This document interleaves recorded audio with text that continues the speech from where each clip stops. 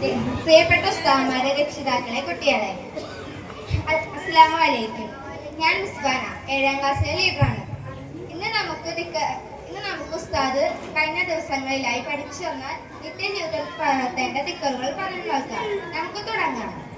ഉറങ്ങാൻ കിടക്കുമ്പോൾ ചൊല്ലേണ്ട ദിക്കറാണ് ഇത്. بسمك ربي وضعت جنبي وبك أرفع إن أمسكت نفسي فرحمك فإن أرسلتها فاغفرها بما تغفر به عبادك الصالحين. എങ്കിൽ ഞാൻ ഉറങ്ങിയെഴുന്നേൽക്കുമ്പോൾ ചൊല്ലാം അൽഹംദുലില്ലാഹില്ലസി അഹ്യാനാ ബഅദ മാ മാതനാ വഇലൈഹി നുശൂർ. ഒരു തവണ കൂടി ആവർത്തിക്കാം. അൽഹംദുലില്ലാഹില്ലസി അഹ്യാനാ ബഅദ മാ മാതനാ വഇലൈഹി നുശൂർ. ഓക്കെ. വസ്ത്രം ധരിക്കുമ്പോഴും പാദരക്ഷ ധരിക്കുമ്പോഴും മറ്റുമുള്ള ദിക്കർ ഞാൻ പറയാം. ശ്രദ്ധിച്ചു കേൾക്കണം.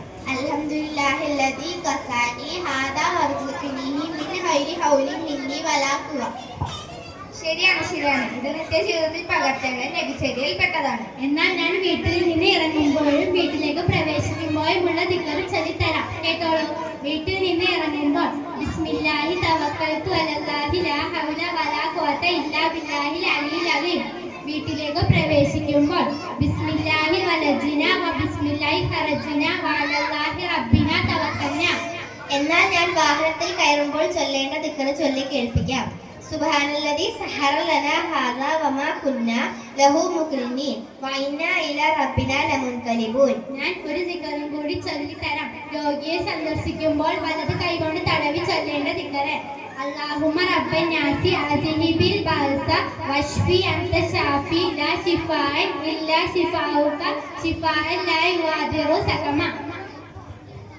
എന്നാൽ ഞാൻ ഒരു ദിക്കറ് ചൊല്ലാം. ബിസ്മി ചൊല്ലാൻ മറന്നുപോയാൽ ഇടക്ക് വെച്ച് ചൊല്ലേണ്ടത് ബിസ്മില്ലാഹി അവ്വലഹു ആഖിറുഹു. ഭക്ഷണം കഴിച്ച ശേഷം ചൊല്ലേണ്ടത് അൽഹംദുലില്ലാഹില്ലദീ അത്അമനി ഹാസാ വർസഖനീഹി മിൻ ഖൈരിൻ ഔലിൻ മിന്നി വലാ ഖുവ.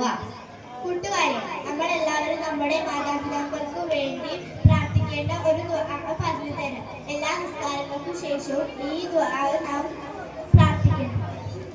റബ്ബിർഹംഹുമാ കമാ റബ്ബയാനി സഗീറ. പ്രിയപ്പെട്ട കുട്ടികളെ, ഇത് നമുക്ക് നിത്യജീവിതത്തിൽ പകർത്താൻ എല്ലാവർക്കും അല്ലാഹു തൗഫീഖ് നൽകട്ടെ. ആമീൻ. അസ്സലാമു അലൈക്കും.